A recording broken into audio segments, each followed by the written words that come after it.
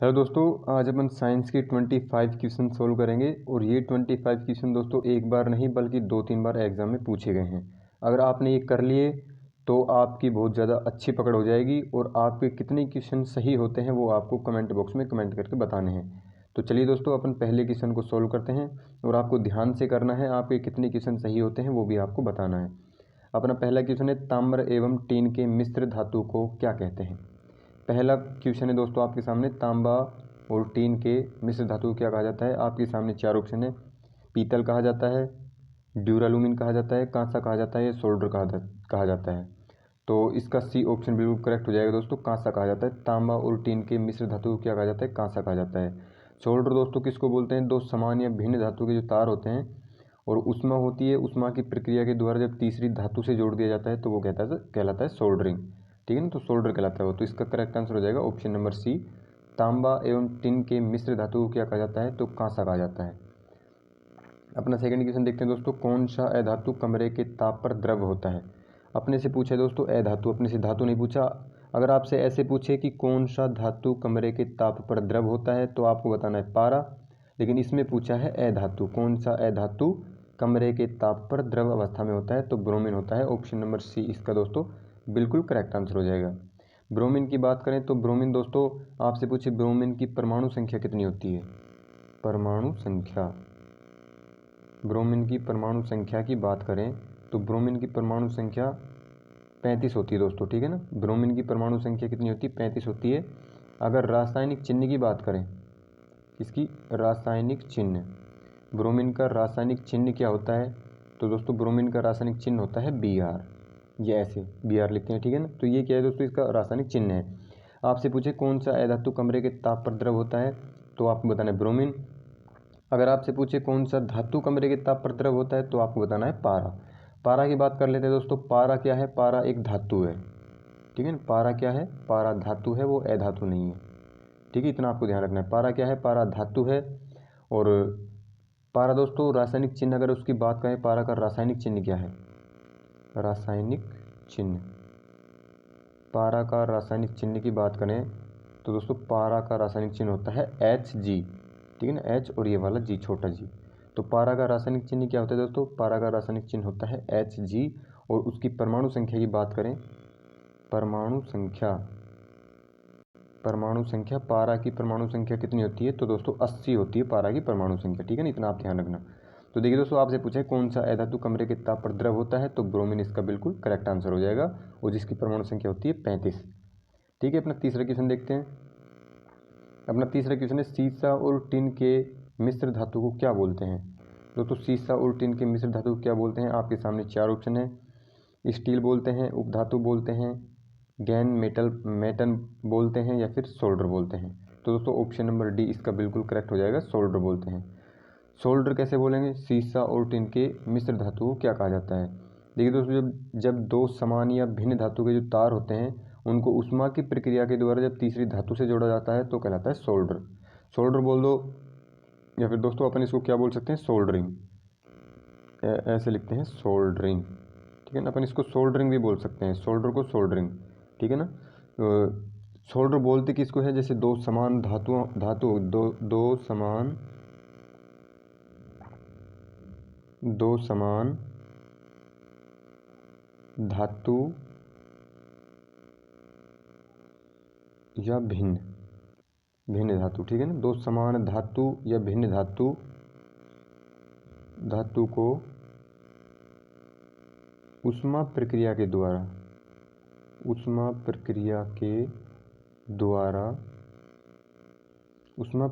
द्वारा तीसरी धातु से जोड़ना, जो तीसरी धातु है उससे जोड़ना, तीसरी धातु से जोड़ना क्या कहलाता है दोस्तों, सोल्डर कहलाता है। जोड़ना क्या कहलाता है, सोल्डर या सोल्डरिंग कहलाता है। ठीक है ना, तो ऑप्शन नंबर डी इसका बिल्कुल करेक्ट आंसर हो जाएगा। अपना चौथा क्वेश्चन देखते हैं दोस्तों। चौथा क्वेश्चन है, कार्बन का कौन सा अपर रूप अधिक कठोर होता है। दोस्तों आपसे कठोर पूछा है, कार्बन का कौन सा रूप है वो सबसे ज़्यादा कठोर होता है। आपके सामने 4 ऑप्शन दे रखे हैं, ग्रेनाइट, हीरा, कोयला, या फिर काजल। तो दोस्तों हीरा इसका बिल्कुल करेक्ट आंसर हो जाएगा। हीरा दोस्तों क्या है, हीरा ऊष्मा और विद्युत का कुचालक है। मैं यहाँ पे लिख देता हूँ, ऊष्मा और ऊष्मा दोस्तों और विद्युत का कुछ अलग होता है, ऊष्मा और विद्युत का कुचालक, ठीक है ना, विद्युत का कुचालक। ऊष्मा और विद्युत का कुचालक होता है दोस्तों हीरा, इतना आपको ध्यान रखना है। और दोस्तों सबसे कठोर पदार्थ होता है हीरा, क्या होता है, सबसे कठोर पदार्थ होता है हीरा, ठीक है ना। कार्बन का शुद्ध रूप होता है दोस्तों, कार्बन का शुद्ध रूप क्या है, कार्बन का शुद्ध रूप है हीरा, ठीक है ना। अगर आप बात करें दोस्तों दुनिया का सबसे बड़ा हीरा कौन सा है, जो सबसे महंगा है, तो दोस्तों दुनिया का सबसे बड़ा हीरा, मैं यहाँ पे लिखता हूँ, दुनिया का सबसे बड़ा हीरा। दुनिया का सबसे बड़ा हीरा कौन सा है दोस्तों, तो उसका नाम है कालीनन, ठीक है ना, कालीनन उसका नाम है, कालीनन है ये दोस्तों दुनिया का सबसे बड़ा हीरा है। और आपसे पूछे कितने कैरेट का है दुनिया का सबसे बड़ा हीरा, तो दोस्तों वो है 3106 कैरेट, 3106 कैरेट का हो जाएगा वो, ठीक है ना। मैं यहाँ पे लिख देता हूँ कितने कैरेट का है, 3106 कैरेट का है, 3106 कैरेट का है, इतना आपको ध्यान रखना है, ठीक है ना। तो इसका बी ऑप्शन बिल्कुल करेक्ट हो जाएगा। कार्बन का शुद्ध रूप कौन सा है दोस्तों, और सबसे कठोर कौन सा है, हीरा है, ठीक है, ध्यान रखना। अपना 5वां क्वेश्चन है दोस्तों, कॉपर को वायु में जलाने पर कौन सा यौगिक बनता है। जब कॉपर को दोस्तों अपन वायु में जलाते हैं तो आपको बताना है कौन सा यौगिक बनता है, कॉपर हाइड्रोक्साइड बनता है, कॉपर हाइड्राइड बनता है, या कॉपर ऑक्साइड बनता है, या कुछ नहीं। तो दोस्तों ऑप्शन नंबर सी इसका बिल्कुल करेक्ट हो जाएगा। कॉपर को वायु में जलाते हैं तो क्या बनता है, कॉपर ऑक्साइड बनता है, ठीक है ना। अपना छठा क्वेश्चन देखते हैं, सिलिका क्या है। तो सिलिका क्या है दोस्तों, सिलिका है एक उपधातु, सिलिका क्या हो जाएगी, सिलिका एक दोस्तों उपधातु हो जाएगी। आपसे पूछे आवर्त सारणी में उपधातु कितनी है, ऐसे भी दोस्तों आपसे पूछ सकता है एग्जामिनर कि आवर्त सारणी में उपधातु कितनी है। तो दोस्तों आवर्त सारणी में 7 उपधातु है, ठीक है, ये भी आपको पता होना चाहिए। 7 उपधातु कौन कौन सी है, तो पहली है दोस्तों बोरोन, ठीक है ना, पहली उपधातु है बोरोन। दूसरी कौन सी है, दूसरी है दोस्तों सिलिका, ये दोस्तों सिलिकॉन बोल दो, बात एक ही है, ठीक है ना, सिलिका या सिलिकॉन। और तीसरी कौन सी है दोस्तों, तीसरी है अपनी जर्मेनियम, तीसरी जर्मेनियम है। और चौथी उपधातु कौन सी है दोस्तों, ऑर्सेनिक है, ठीक है ना, ऑर्सेनिक, इतना दोस्तों आपको ध्यान रखना है, चौथी ऑर्सेनिक है। और पांचवी उपधातु कौन सी दोस्तों, पांचवी अगर उपधातु की बात करें तो पांचवी उपधातु है अपनी एंटीमनी, ठीक है, एंटीमनी क्या है दोस्तों, पांचवी अपनी उपधातु है। और छठी उपधातु कौन सी है दोस्तों, टेल्यूरियम है, ठीक है ना, टेल्यूरियम क्या है दोस्तों, अपनी छठी उपधातु है। और सातवीं उपधातु में दोस्तों यहाँ पे ऊपर लिख देता हूँ, सातवीं उपधातु, ठीक है, सातवीं उपधातु। तो सातवीं उपधातु का नाम क्या है दोस्तों, तो है पोलोनियम, ठीक है ना, पोलोनियम क्या है दोस्तों, ये सातवीं उपधातु है। आपसे पूछा है आवर्त सारणी में उपधातु की संख्या कितनी है, तो 7 आवर्त सारणी में उपधातु है, जिनमें से आपसे पूछे सिलिका क्या है, तो सिलिका दोस्तों एक उपधातु है, सिलिका का अर्थ होता है सिलिकॉन, ठीक है ना। तो अपना ए ऑप्शन बिल्कुल करेक्ट हो जाएगा, उपधातु है सिलिका। अपना अगला क्वेश्चन देखते हैं दोस्तों, अगला क्वेश्चन है, धातु को पीटकर पतली यानी पत्थर बनाना आसान है, यह धातु के किस गुण को बताता है। कठोरता को बताता है, आघात वर्धनीयता को बताता है, चालकता को बताता है, या सक्रियता को बताता है। आघात वर्ध्यता को बताता है, यानी ऑप्शन नंबर बी इसका दोस्तों बिल्कुल करेक्ट हो जाएगा। आघात वर्ध्यता क्या होता है दोस्तों, जैसे कोई भी धातु हो गई, तो बी ऑप्शन इसका बिल्कुल करेक्ट हो जाएगा। कोई भी धातु है उसको पीटकर पतली चादर के रूप में परिवर्तित करना, ठीक है ना, पतली चादर जैसे नुमा है उसको पीटकर उस पतली चादर में परिवर्तित कर देना क्या कहलाता है दोस्तों, आघात वर्ध्यता कहलाता है। ऑप्शन नंबर बी इसका दोस्तों बिल्कुल करेक्ट हो जाएगा, ठीक है ना। अपना अगला क्वेश्चन देखते हैं, अगर किसी मिश्र धातु में एक धातु पारद है तो उसे क्या कहते हैं। पारद मिश्र धातु बोलते हैं, आयरन मिश्र धातु बोलते हैं, अम्लगम बोलते हैं, या फिर जिंक मिश्र धातु बोलते हैं। तो अम्लगम दोस्तों इसका बिल्कुल करेक्ट आंसर हो जाएगा, अम्लगम है। वो आपसे पूछा है क्वेश्चन में, अगर किसी मिश्र धातु में एक धातु पारद है, ठीक है ना, पारद पूछा है आपसे, ध्यान रखना, तो उसका करेक्ट आंसर हो जाएगा अम्लगम। ऑप्शन नंबर सी इसका राइट आंसर हो जाएगा दोस्तों। नवा क्वेश्चन देखते हैं, निम्न में से कौन सा हाइड्रोजन का आइसोटोप है? हाइड्रोजन का आइसोटोप बताना है दोस्तों आपको कौन सा है। आपके सामने चार ऑप्शन है, प्रोटियम है, ड्यूटेरियम है या ट्रिटियम है। तो दोस्तों ये सभी हैं, ठीक है ना। ऑप्शन नंबर डी इसका बिल्कुल करेक्ट आंसर हो जाएगा। हाइड्रोजन का आइसोटोप क्या है? तो ये तीनों के तीनों हैं आइसोटोप, ठीक है ना, आइसोटोप। तो तीनों इसका बिल्कुल, यानी ऑप्शन नंबर डी इसका बिल्कुल करेक्ट आंसर हो जाएगा। अपना 10वां क्वेश्चन देखते हैं दोस्तों, फसल संयंत्र का कवक रोग निम्न में से कौन सा है? आलू की पत्तियों का मुड़ना, कपास का विल्ट, चावल में तुषार या आलू में भूरी सड़ांध। तो दोस्तों इसका जो है वो बी ऑप्शन बिल्कुल करेक्ट हो जाएगा।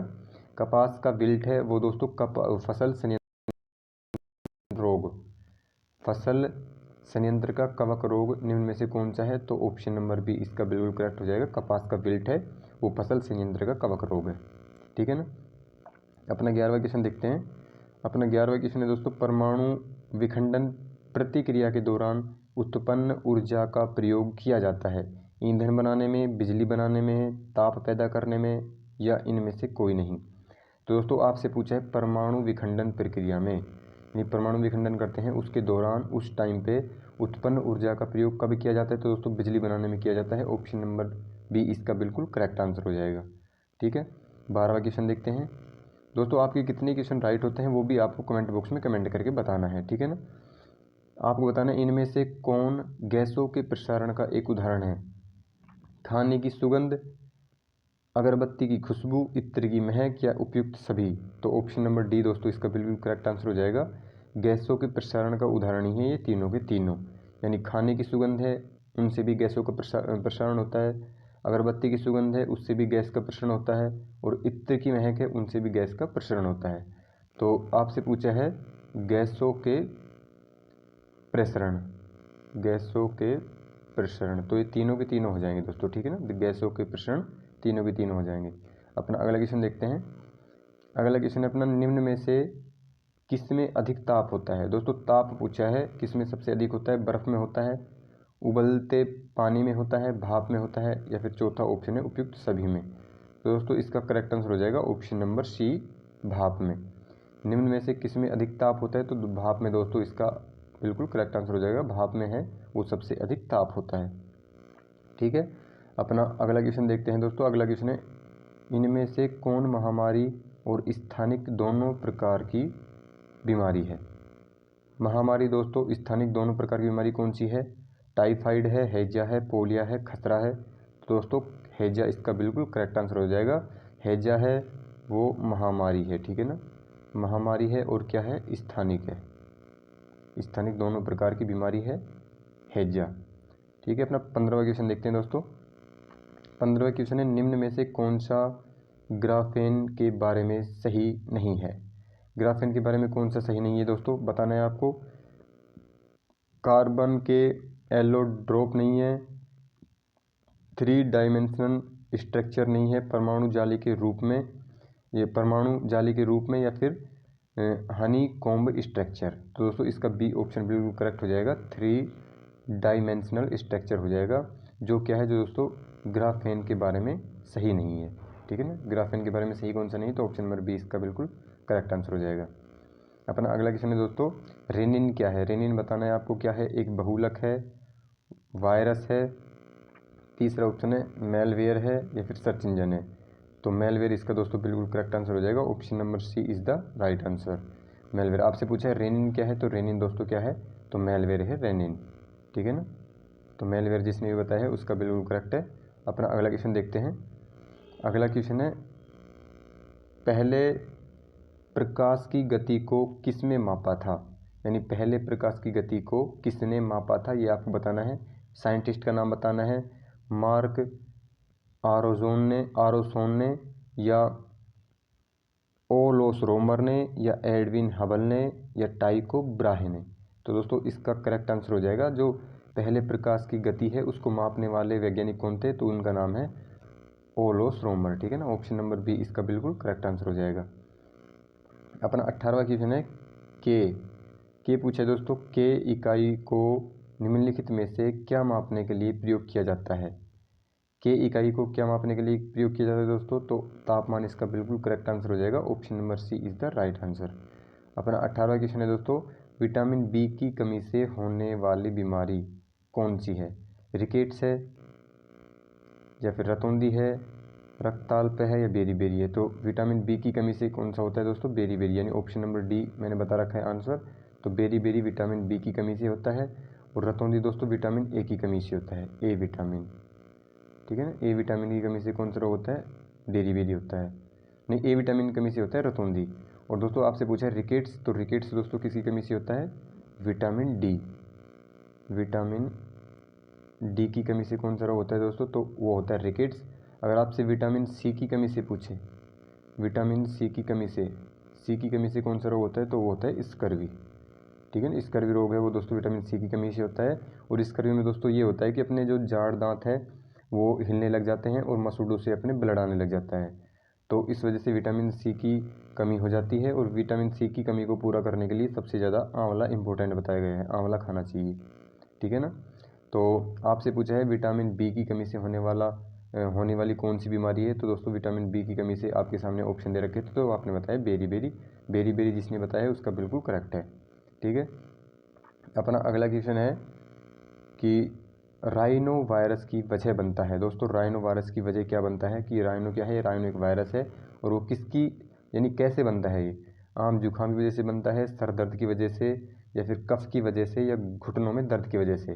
तो दोस्तों राइनो वायरस है वो जुकाम की वजह से बनता है, जो आम जुकाम होता है तो बनता है दोस्तों राइनो वायरस, ठीक है ना। क्या बनता है, राइनो वायरस। ध्यान रखना दोस्तों, ये एक बार नहीं बल्कि 2-3 बार एग्जाम में पूछा गया है।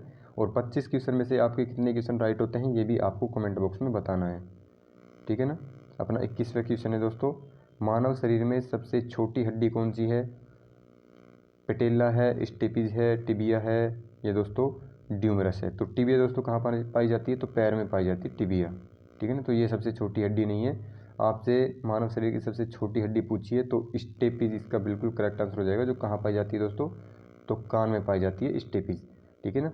वो मानव शरीर की सबसे छोटी हड्डी है। अगर आप बात करें बड़ी की, मानव शरीर की सबसे बड़ी हड्डी कौन सी है, तो दोस्तों बड़ी हड्डी है फीमर।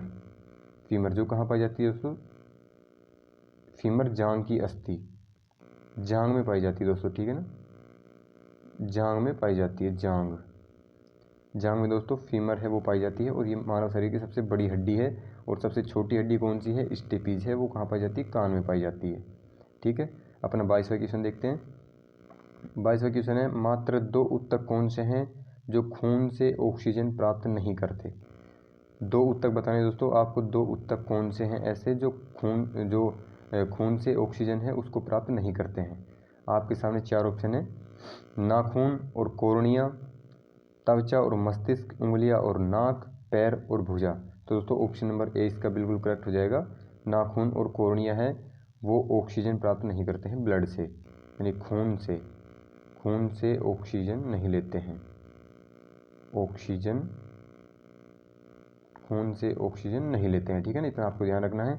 नाखून और कोर्निया कहाँ पाया जाता है दोस्तों, तो कोर्निया पाया जाता है आँख में, ठीक है ना, आँख में पाया जाता है कोर्निया।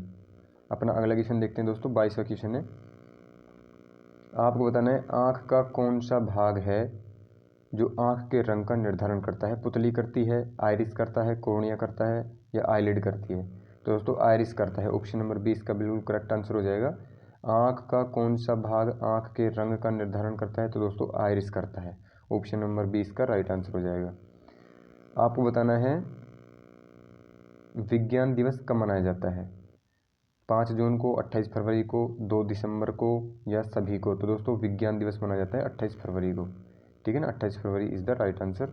अपना लास्ट क्वेश्चन है दोस्तों, विश्व पर्यावरण दिवस कब मनाया जाता है। आपके सामने 4 ऑप्शन है। विश्व पर्यावरण दिवस 5 अक्टूबर को, 5 जून को, 5 जनवरी को, या 5 फरवरी को। तो इसका करेक्ट आंसर हो जाएगा 5 जून को। 5 जून को क्या मनाया जाता है दोस्तों, तो विश्व पर्यावरण दिवस, ठीक है दोस्तों, इसको आप ध्यान रखना। विश्व पर्यावरण दिवस कब मनाया जाता है, तो मनाया जाता है ये 5 जून को। देखिए दोस्तों आज के लिए अपन ने इतने ही 25 क्वेश्चन सोल्व किए हैं।